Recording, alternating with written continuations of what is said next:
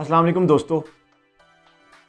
जापानियों को मछली बहुत पसंद है शुरू से।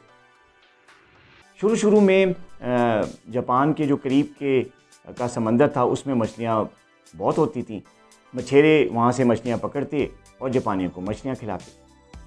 लेकिन आहिस्ता आहिस्ता जैसे जैसे आबादी बढ़ती गई तो जो जापान के करीब के पानी थे उनमें मछलियाँ जो हैं वो कम होनी शुरू हो गई। तो मछेरे जो है वो डिमांड पूरी नहीं कर सकते थे, तो लिहाजा उन्होंने क्या किया कि वो दूर से जो है वो जाते कश्तियाँ लेके और मछलियाँ पकड़ के लाते और जापानियों को मछलियाँ खिलाते। लेकिन इसमें एक मसला आना शुरू हुआ और वो ये कि मछलियाँ दूर से जब आती साहिल तक पहुँचते पहुँचते वो बासी हो जाती और बासी मछली का जायका जापानियों को पसंद ही नहीं आता था।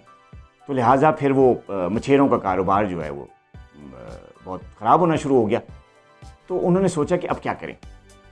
फिर उन्होंने ये किया कि उन्होंने अपनी कश्तियों में फ्रीज़र्स रखने शुरू कर दिए।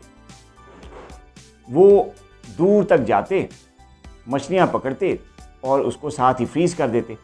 इस तरह दूर भी चले जाते, मछलियाँ जो हैं वो ज़्यादा से ज़्यादा क्वांटिटी में वो लाना शुरू हो गए।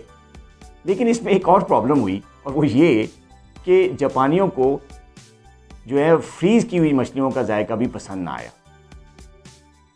अब वो मछेरे जो हैं सर पकड़ के बैठ गए कि अब करें तो क्या करें। फिर उन्होंने एक हल निकाला और वो ये कि उन्होंने बड़े बड़े वाटर टैंक्स अपनी कश्तियों में रखने शुरू कर दिए। और उन्होंने किया ये कि वो दूर तक जाते, मछलियाँ पकड़ते और मछलियों को वाटर टैंक्स में डाल देते। तो इस तरह मछलियाँ जो हैं वो ज़िंदा जो हैं साहिल तक पहुँचती। अब इस तरह उन्होंने ये एक और चीज़ की, कोई दूर तक जाना शुरू हो गए। अब आते आते ज़्यादा टाइम लगता, टैंक में आते आते मछलियाँ जो हैं थोड़ी सी बेजान हो जाती, क्योंकि वो उस तरह हरकत नहीं करती थी, बेजान हो जाती, बेसुध हो जाती, आहिस्ता आहिस्ता हरकत करती हुई साहिल तक पहुँचती। और इन जो आहिस्ता आहिस्ता हरकत करती हुई थकी थकी जो मछलियाँ थी, इनका जायका भी जो है वो जापानियों को पसंद ना आया।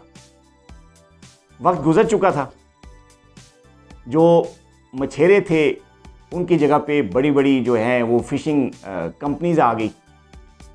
और जब ये प्रॉब्लम फ़िशिंग कंपनियों को पेश आया तो उनके जो थिंक टैंक्स थे वो सोचने में पड़ के बैठ गए और उन्होंने हर जोड़ ली कि यार अब करें तो क्या करें।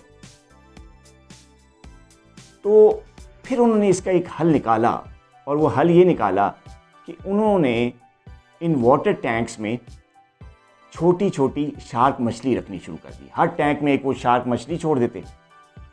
शार्क मछली जो है वो छोटी छोटी मछलियाँ जब टैंक्स में आती तो वो शार्क मछली उन पे झपकती, उनको पकड़ती खाने के लिए। और उसके डर से छोटी छोटी मछलियाँ इधर उधर तेज़ तेज़ भागती फिरती और साहिल तक आते आते भागती रहती। चंद मछलियों को जो है वो शार्क मछली खा भी जाती थी, लेकिन ज़्यादातर मछलियाँ तेज़ तेज़ हरकत करती, ताज़ा तरीन ताकतवर जिस्म के साथ जो है ना वो साहिल तक आती। और इन मछलियों का जायका जापानियों को बहुत पसंद आने लगा। यहाँ पर एक सबक है हम सब के लिए, ख़ास तौर पे हमारे शुगर पेशेंट्स के लिए। अगर आपको शुगर की बीमारी हो गई है तो आप ये समझें कि आपको आर्मी में शमूलियत आपने इख्तियार कर ली। मेरे कई पेशेंट्स हैं जो कि पिछले 20-30 साल से शुगर के पेशेंट्स हैं, लेकिन वो भरपूर ज़िंदगी गुजार रहे हैं। बाज़ मेरे पेशेंट्स तो अपनी कंपनीज़ के CEOs हैं और कुछ लोग तो ऐसे हैं जो कि टॉप लेवल पे जो हैं वो काम कर रहे हैं, बड़ा मेंटल वर्क कर रहे हैं, लेकिन फिट हैं। शुगर की बीमारी 30 साल से उनको है, लेकिन उन्होंने अपने आप को जो है वो फिट रखा हुआ है। अगर आपको शुगर की बीमारी हो गई है तो आपने 2 काम करने हैं दोस्तों। नंबर 1, आपने अपने आप को ऑर्गेनाइज रखना है और दूसरा काम आपने अपने आप को मुतहरिक रखना है। अपना बहुत ख्याल रखिएगा। याद रखें, हरकत में बरकत है। अल्लाह हाफिज़।